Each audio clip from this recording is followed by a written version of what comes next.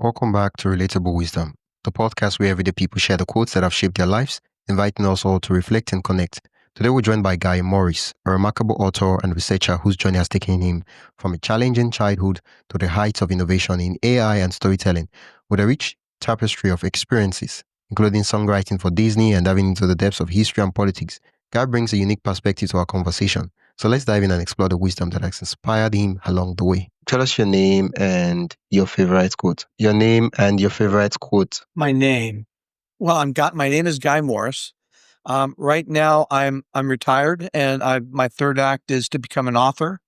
I'm not sure what you were saying after that, but I have a hard time with my ears sometimes. Uh, I might. Oh yeah. Oh, Yeah. I thought about it, and there are actually two of them that have really had an impact on my life. Okay. The first one that really was the one that carried me through during some of my darkest hours was never let my past to define my future. I had come from a state of homelessness as a child. I had been a victim of a lot of violence. I had been told that I was dumb and worthless.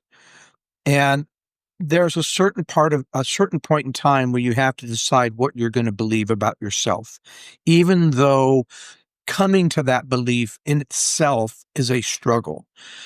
So the first one was never let my past to define my future. But more and more as I've lived through life, another one is coming to I think about more often is that sometimes you need to die in order to learn why we live.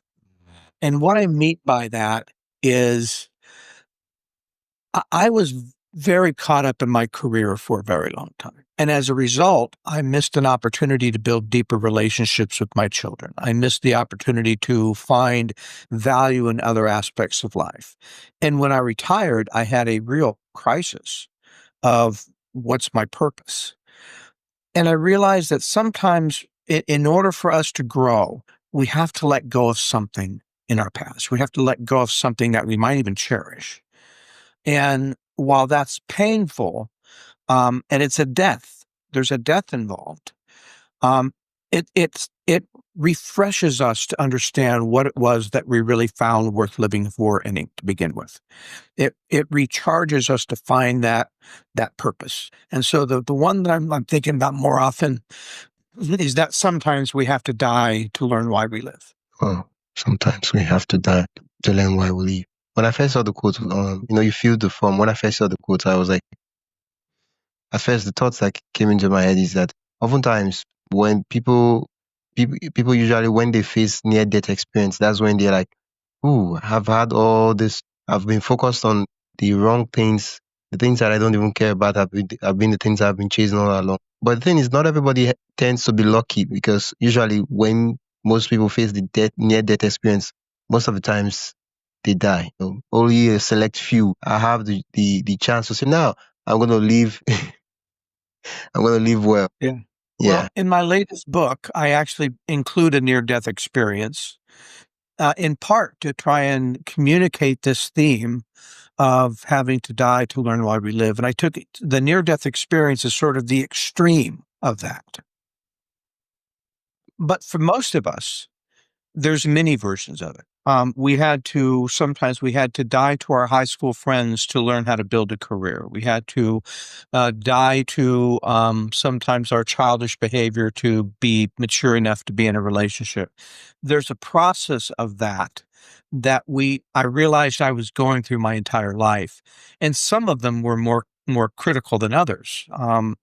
One was when I was divorced. I got divorced, and that was a crisis in my life. It crushed me. It was a death. And I had to learn what I wanted to get out of a marriage, what I wanted to get out of a relationship to begin with. And maybe I'd gotten confused by that. And so the world right now is very confusing. There's so many podcasts and channels and music and news and internet. We're deluged with this information, and it can be difficult to filter out the stuff we don't need for the stuff that really matters. Yeah. And so it's every once in a while, sometimes having a to die for something in our life forces us to come up for air, right? And reassess where we're at. And that process of reassessing is critical, not to get lost in ruts, not to get stuck, not to feel dead inside, not to lose hope. That process of rediscovery of who we are is critical to continue to evolve who we are.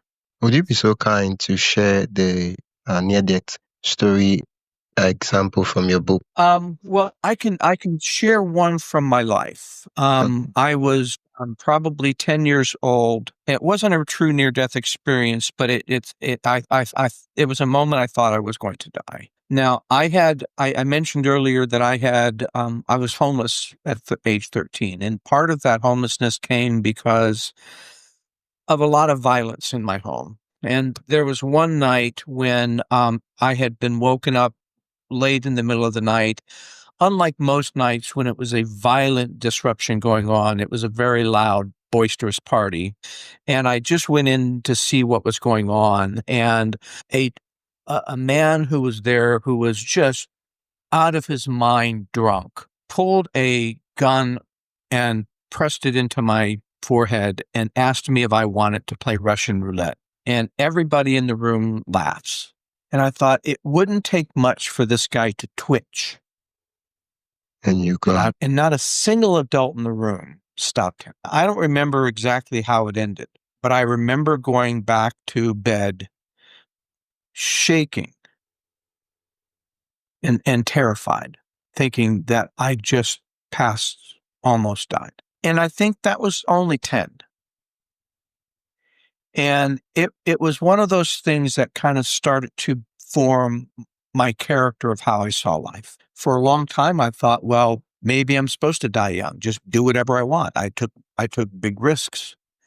But I think it was more the loss of my career, that the ending my career before I wanted to end it, and the loss of my sense of value and purpose. That was the one that probably cut even as deep. Because as men, particularly, we get a lot of our self-esteem, our own self-value from what we do and how well we do it. And those kinds of things are artificial. They're self-esteem placed on us by others. yeah.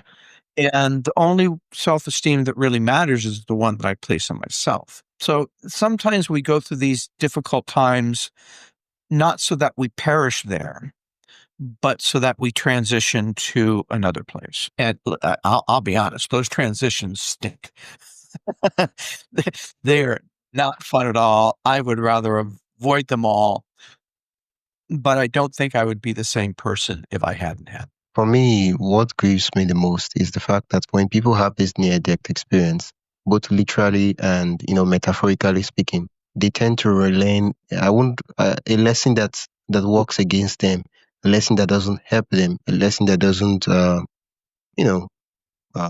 work for them. I'll give an example. Let's say someone just had a divorce, a really terrible divorce and what the lesson they could learn is marriage is terrible. Marriage is a scam. Marriage doesn't work. There is nothing. Everybody that's just married, they're just pretending, they're just faking it, and there is no happy marriage in the world, right? That's the lesson they could learn. Or they could say, well, maybe my priority was not straight. Maybe I used the wrong criteria to look for a partner.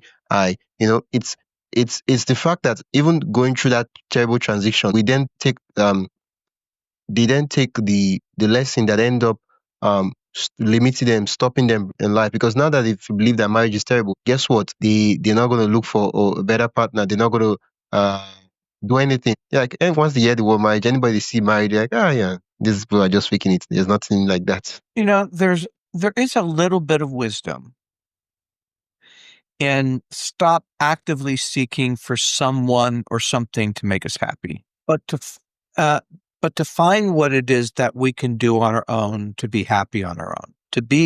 And when we do that, when we can find out who we are inside, for some it might be art, for some it might be something intellectual, studying and learning, for some it might be gardening and growing something, for some it might be having children and a family. For every person, there's something that truly sparks something within them. And it's hard work, but we willingly do the hard work because there's something else in that that gives us gratification. And there's something to be said for finding out who we are happy inside first, because then what happens is the other person comes alongside. I had to give up entirely trying to find a relationship. I was a single parent for 10 years and had gone through way too many relationships and had given up entirely that I was ever going to find a good one. And it was when I stopped looking and I was just more focused on what it is that makes me happy and just inviting friends to enjoy that happiness with me. I found someone who was along that same lines that we were compatible. And ironically, she knew way sooner than I did. I had already decided in my mind that I should never get married again. And it turns out, ironically, that woman, we've been married now for 31 years. Huh. And she's the gentleness over that covers over the harshness that I lived earlier in my life. And I didn't know I really needed that until I had it and accepted it. And so sometimes it's good to stop looking for happiness as long as we're still looking for purpose and we're still looking for contentment and who we are, as long as we're still looking for that identity. If we give up hope in ourselves, if we decide that there is no reason out there worth changing for, then it does become very dark. And I've been in that place. I mean, I was homeless. But it doesn't heal anything. We have to get to the point where we've decided that we can't let our past to define our future. Every day I wake up, I have an opportunity to create a new future, even if it's only a little tiny sliver at a time. A tree doesn't grow overnight. We look at tree rings and there's all kinds of these little tiny tree rings, right? Also, when it's a drought, they're really, really close together. They're really small and they're not very thick. But they're there, right? And so we're the same.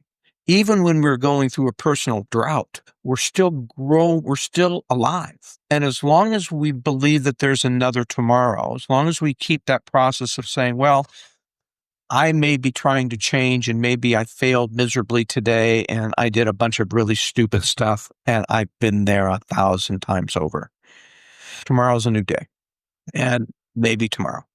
Because if I give up on myself, who else is going to be there? Yeah. Who else is going to be there if I stop hoping for myself?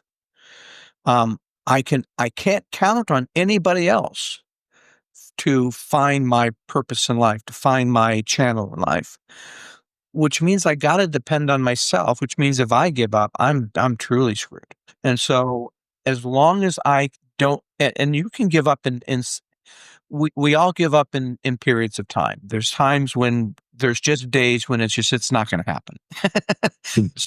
Sorry, there's no hope today.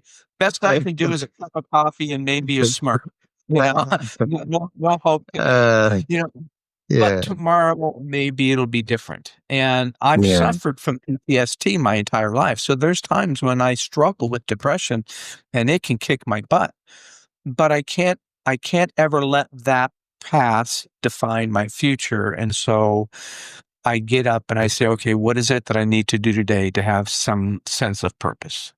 And you can just keep doing that. Boom. Yes. Sometimes the things that happened in the past, it's you could say, well, this did happen, and well, because let's say I was homeless, I was this, I was that. This is how I would become. After all, the stats says that 19% of homeless people, they end up doing this. That's allowing that the past define the future. And you could also say, yesterday was terrible, day before yesterday was terrible.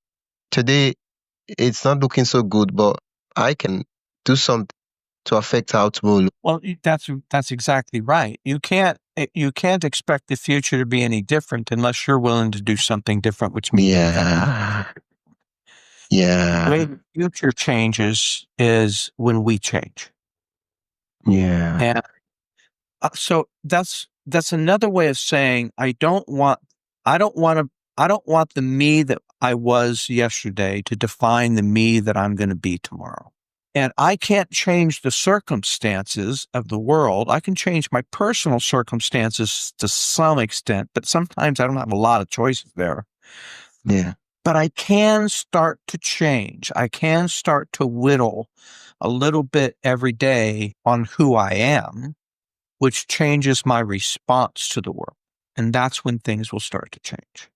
When I was homeless and I thought I was worthless and dumb and hopeless, you know, one of the best options was to get stoned and just forget about all of that, to just not think about it, to get away from it.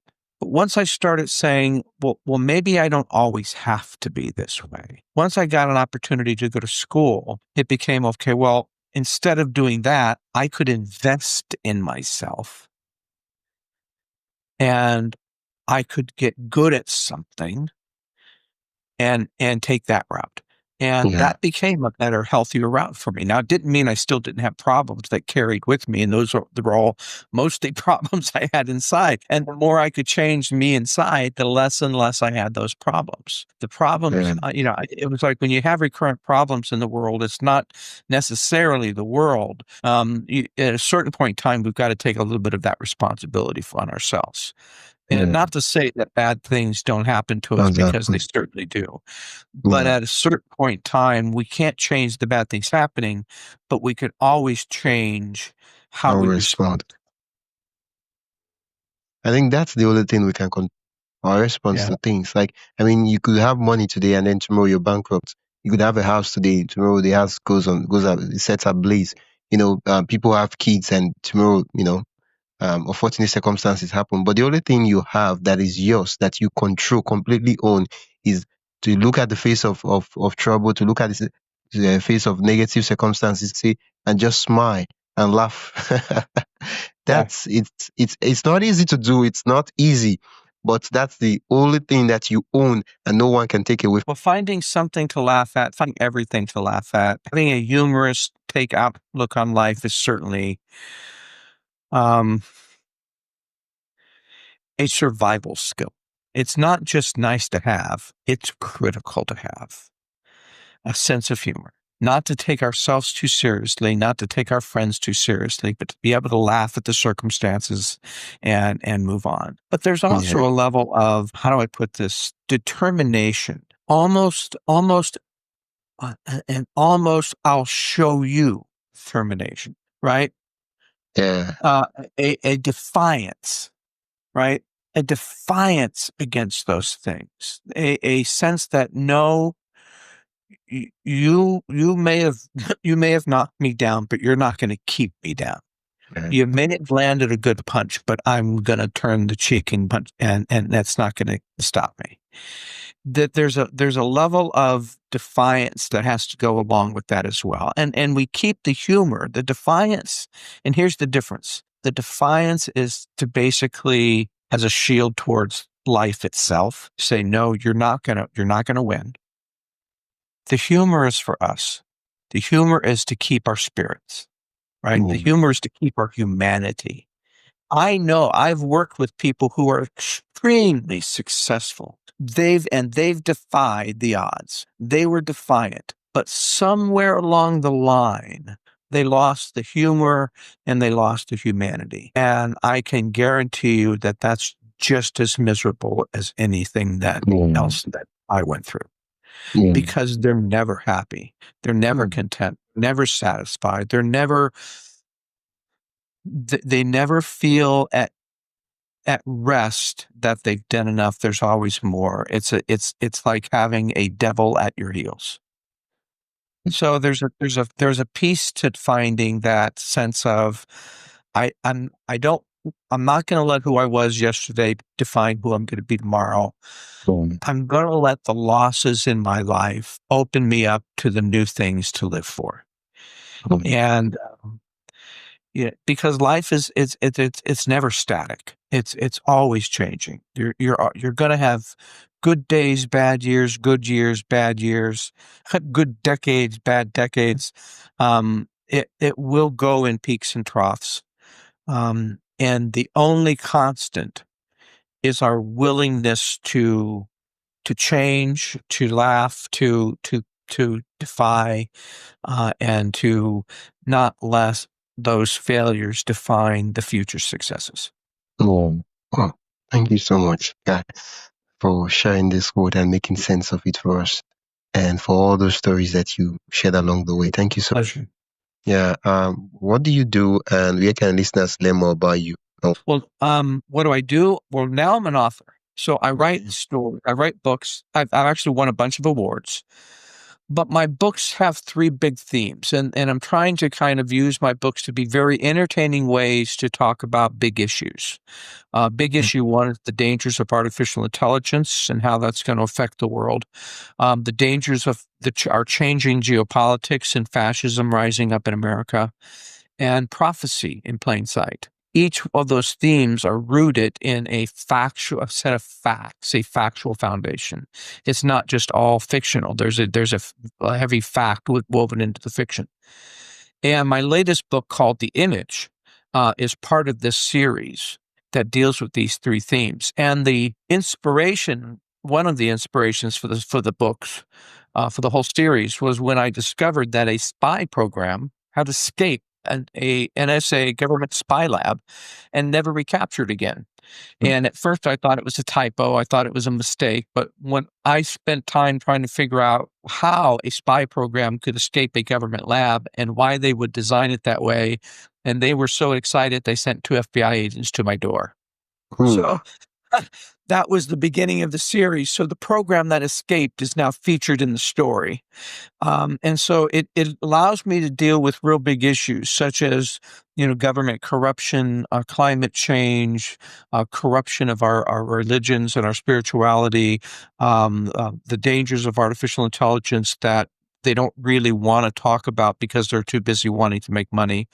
And it allows me to look at the real world in a condensed kind of way that allows my characters to navigate all of that, right? And the prophecy piece comes from an actual, in the story, it's the artificial intelligence that's decoded prophecy based on a set of algorithms I built years ago. Now, in The Image, we deal with a CERN experiment to create a mini black hole to prove a fifth dimension.